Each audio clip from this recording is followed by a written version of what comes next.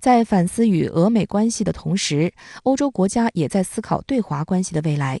德国总理舒尔茨12月5号就在美国外交事务杂志上发文，围绕德语单词时代转折点分析了他眼中所看到的世界局势变化。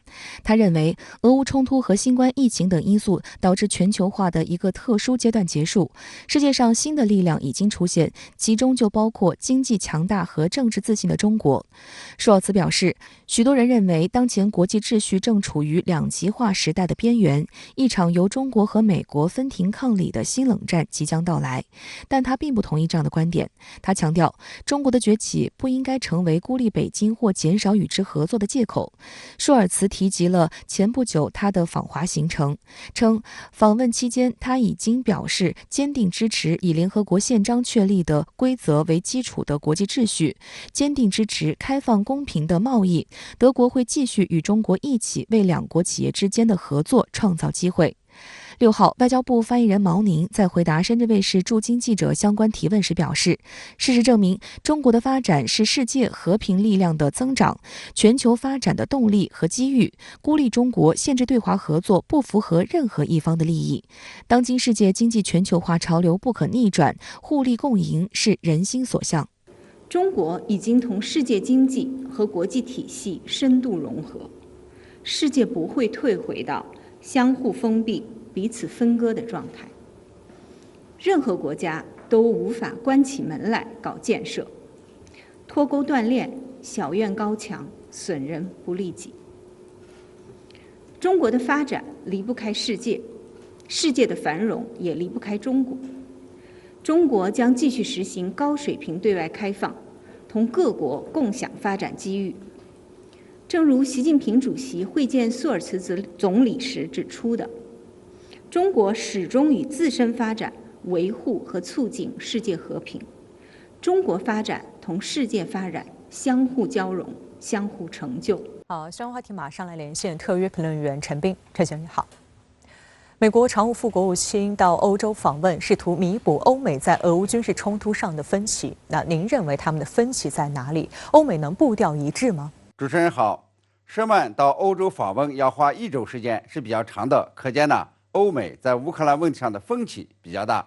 从目前来看呢，欧美的分歧点主要还是俄乌军事冲突还要延续多久，谁给乌克兰提供经济和军事援助。从美方的角度看呢，俄乌军事冲突是欧洲的事。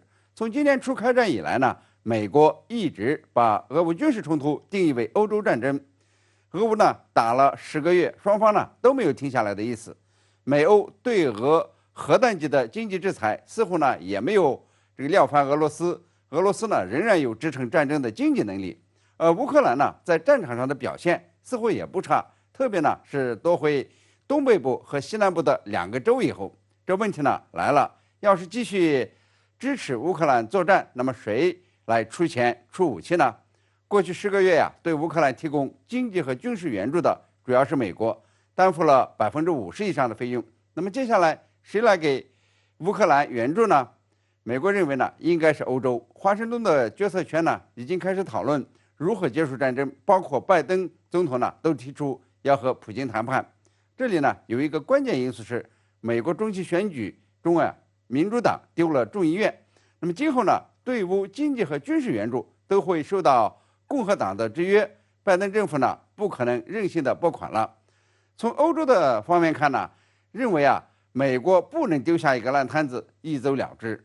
欧洲呢为这个俄乌军事冲突呢付出了沉重的代价，用的美国天然气呢是美国国内价格的6倍。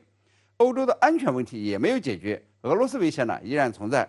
如果美国不继续对乌克兰援助，那么乌克兰必败无疑，几百万难民呢也就回不到乌克兰了。仅仅这难民问题呢，就可能把欧洲经济拖到深渊。法德2国的意见领袖呢，也都在呼吁欧洲呢别自杀了，应该停战。这样呢，欧洲国家的领导人就骑虎难下了。支持乌克兰打仗的后果是自己受伤更大，不支持乌克兰打仗的后果则是乌克兰难民将留在欧洲，很可能呢接受更多的难民，这经济上呢承担不起，一些国家的领导人弄不好呢就得下台。可以说美国把烂摊子扔给欧洲的可能性很大。而欧洲呢又接不住，这就是美欧产生分歧的关键点。舍曼呢去欧洲斡旋，试图协调一致，大概呢会敦促这个欧洲国家呢走停战妥协之路。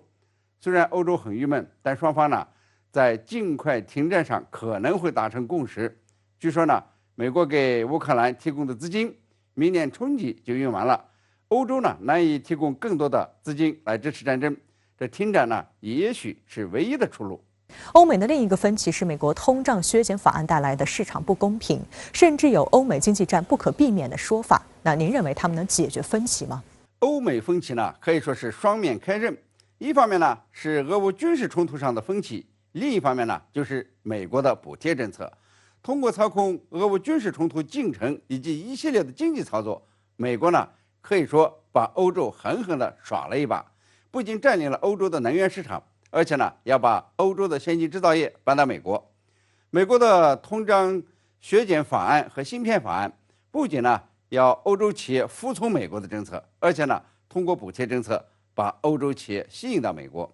按照美国的通胀削减法案，将为在美国的企业提供慷慨的这个税收减免。电动汽车呢，只要在美国完成整车装配，这买主呢就能够享受最多$7500的税收减免，而进口车呢就不行了。这样呢，欧洲生产的电动汽车、电池、可再生能源项目，那么在美国市场就寸步难行。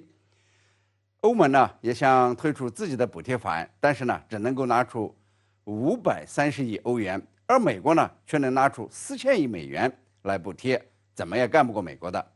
欧洲企业呢要想在美国市场发财致富，最好的方式呢就是把企业搬到美国。所以呢，法国总统马克龙指责美国政策极具攻击性，存在分裂西方的危险。欧盟委员会主席冯德莱恩也发出严厉警告，说呢，美国政策可能导致不公平竞争，只是市场关闭，进而呢导致关键供应链断裂。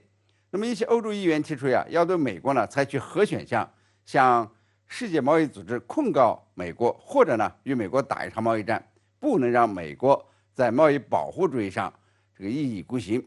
那么我个人的估计是，欧美呢不一定会摊牌，这个欧洲啊吃哑巴亏呢是更有可能。好，谢谢陈斌先生在线和我们分享您的观点，谢谢。